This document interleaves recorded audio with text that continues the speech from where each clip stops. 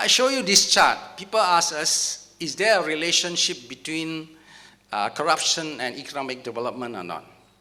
And when we plot this up, obviously it shows you that there is a direct relationship.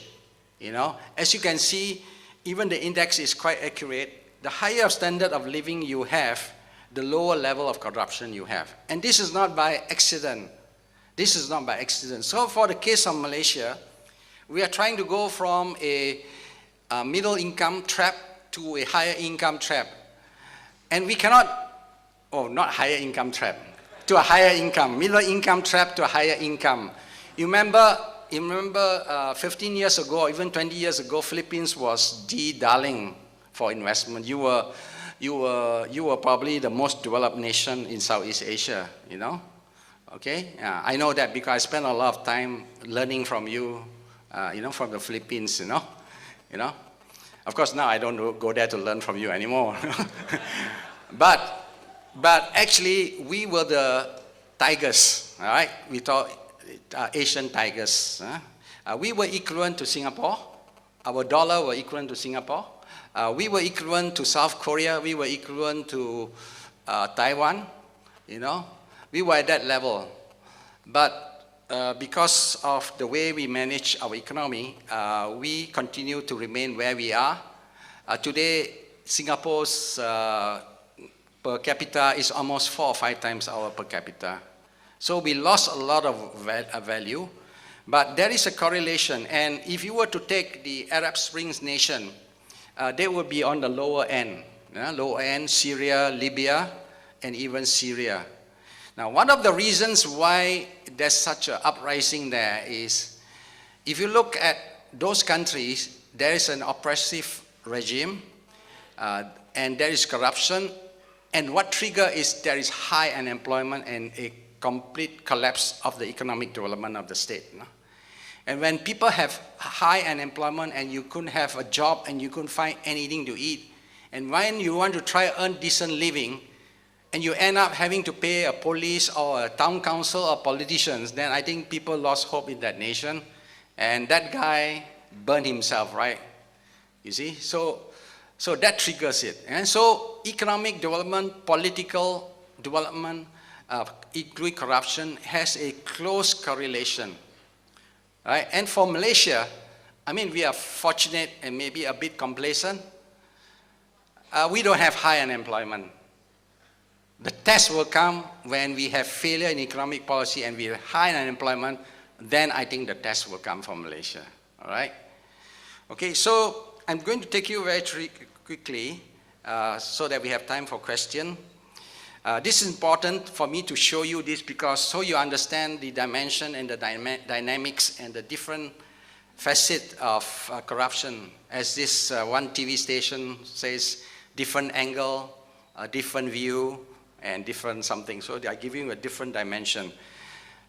One of the issue is corruption can be petty corruption, it can be grand corruption. I mean, petty corruption is just like you're paying police for $50 and all that, you know? That one, as far as TI is concerned, we are worried, yes, but we are not concerned with it because $50 and then we can do that by enforcement, by delivery system, of which Bermuda in our country is doing a reasonably good job there. You see, so corruption is an abuse of entrusted power for personal gain.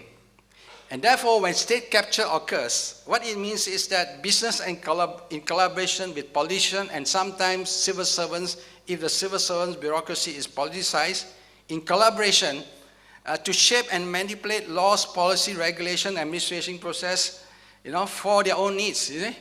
For the proxies, for their own political supports, for their own relatives, and for their own girlfriends and sometimes mistresses.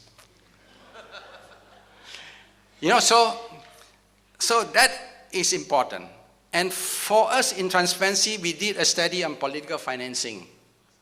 And I believe that the only way we can solve that problem is we got to cut off the relationship between the politician and the businesses, in that sense, because of the increase in monetization. You know, I always say that if you got a politician and business together, it's like you are asking two drunkards to go to the pub and have a drink, you know? And they're not going to come back sober, right? Yeah. While in the case of Malaysia, we have the Malaysian Inc. Incorporated, which is good because what it says, the government runs business and business runs business to be the engine of growth. But when you go beyond that, then it becomes an unholy alliance where they begin to have state capture and they manipulate policy, close standard, and etc. And then they benefit themselves, and that's where you got problem. Very quickly, corruption undermines economic development, market distortion, leading to less optimum outcome. Well, in the case of Malaysia, we have a bit of problem because we have it's not problem, the distributive policy is good initially, but when it is politicized and used as a legitimate means of rewarding winners and political patronage, then it becomes bad. Then it creates an underground economy. You know, in case of Italy, mafia, we have our own taikor, or, you know, or syndicate, and they begin to penetrate the political process. You know, I'm sure many countries has got that.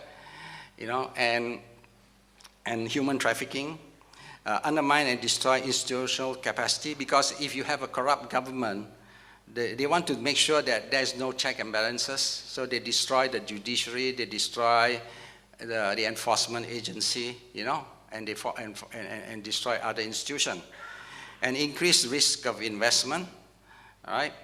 And one thing I need to mention is that investment risk now is different from even 5 years ago. There are a lot of anti-corruption laws in Europe and in UK and in America, which now says that multinationals, even their own multinationals, who bribe in another country, say in Malaysia, and if they are caught, they are bought in UK is liable, unless they prove otherwise that they have put in place to prevent it. And I hope in the case of Malaysia, we will pass the same law and make the board of directors liable for corruption for their employees. And we know that many employees are put to jail on corruption. Many of them have done it because of instruction from the CEO, from the board. And then it obstructs economic reforms, because if you're corrupt, why should you need economic reforms? You know, corrupt regime works on inefficiency, right? Lack of transparency, opaqueness, because you can turn your way around, you know, multiple contracts, everything, you know, and then it depletes national wealth. You know, this is the sapu, everything, you know, and there's a distrust of civil society. By the way, Malaysia, you will notice, I mean, even from all the news, online news, there is a strong distrust on our institution. Strong distrust. Everything is cynical. Everything is cynical. So actually, the government has a tough job, you know, have a tough job. And because the public, and I think Penang people are even more cynical, right, than the rest. I've dealt with Penang people before, you know. You know, they are, you know, so Malaysians are very cynical today. And as you can see, one of the biggest problems today, why we have such a tough time, is because nobody trusts our institution. Not that I'm saying rightly or wrongly, but it is that we put ourselves in that position. Huh? So, and of course, increased cost of living, inflation, and funneling resources to high questionable project. We are not short of questionable project. Philippines also not short of questionable project. Before you got your steel, nuclear plant, you know. We have our Bollywood, we have a Mollywood, you know, so many white elephant projects we do have, you know, and obviously these projects are put there for what? Probably as a conduit to give money to somebody or to a political funding, you see.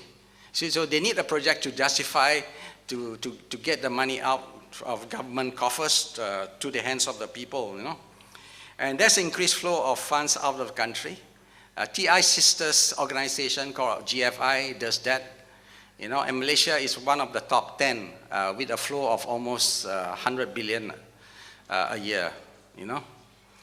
And recently, I think they found out that the banks have been selling the NPL loans to foreign debt collectors.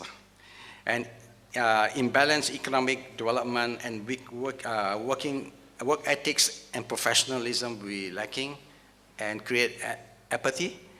And there will be hindrance to healthy and competitive market structure. We begin to create licensing for cronyism, for patronage. These are monopolies that are protected, Of course, they will be the biggest contributor to political financing to the party. And as monetization of politics increase, then as you can see the corruption getting more. And we are not talking about tens of thousands, we are not even talking about hundreds of millions, we are talking about billions of dollars of your money and my money. So thank you very much. Thank you, Datuk Paul. Thank you, Datuk Paul, for convincing everyone, I think, that corruption eats into everybody's pocket in the long run.